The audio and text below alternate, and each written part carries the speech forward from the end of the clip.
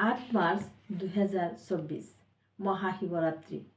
সেয়েহে আপোনাৰ যদি যিকোনো সমস্যা, গ্ৰহ সমস্যা, শাৰীৰিক সমস্যা, আৰ্থিক সমস্যা, যিকোনো নেতিবাচক ঘৰুৱা সমস্যা যিয়ে নাথাকক কিয়, বা যিকোনো ধৰণৰ ৰাহুৰ অশুভ প্ৰভাৱ, কালসৰ্পদোষ, আৰু যদি শনিৰ চাৰে চাতি থাকে, তেনেকুৱা প্ৰবল যিবিলাক অশান্তিদায়ক শক্তিশালী নেতিবাচক যিবিলাক যোগ বা যিবিলাক অশান্তি, সকলো সমস্যাৰ সমাধান মাত্ৰ মহাশিৱৰাত্ৰিৰ দিন।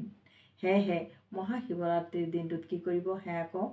মহাশিৱৰাত্ৰিৰ দিনটোত আপুনি অকণমান জপ ধান ল'ব। জপ ধান গাখীৰত তিয়াই থৈ দিব অলপ দেৰি, 1 ঘণ্টা 2 ঘণ্টা আপুনি তিয়াই ল'ব। ৰাতিপুৱা প্ৰথমতে আপুনি ফল মূল অৰ্পণ কৰিব, বেলপাত অৰ্পণ কৰিব। তাৰপিছত জপ ধান যি আপুনি গাখীৰত তিয়াই থৈছিলে সেয়া ক'লা তিল এমুঠি লৈ পেলাই একেলগে আপুনি জপ ধান আৰু তিলখিনি অৰ্পণ কৰিব শিৱলিংগত।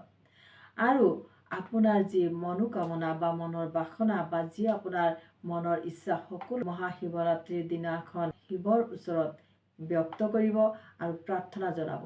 লগতে আপুনি যিমান পাৰে 108 বাৰ কমেও 5 আখৰৰ শিৱৰ মন্ত্ৰ, যি মন্ত্ৰ আমি সকলোৱে জানো, সেই মন্ত্ৰ হৈছে ওম নমঃ শিৱায়। ওম নমঃ শিৱায় মন্ত্ৰ জপ কৰিব। আপুনি পাৰিলে অলপ দেৰি আধা ঘণ্টামান জপ কৰিব, নোৱাৰিলে 108 বাৰ জপ কৰি সেৱা কৰি আপুনি গুচি আহিব।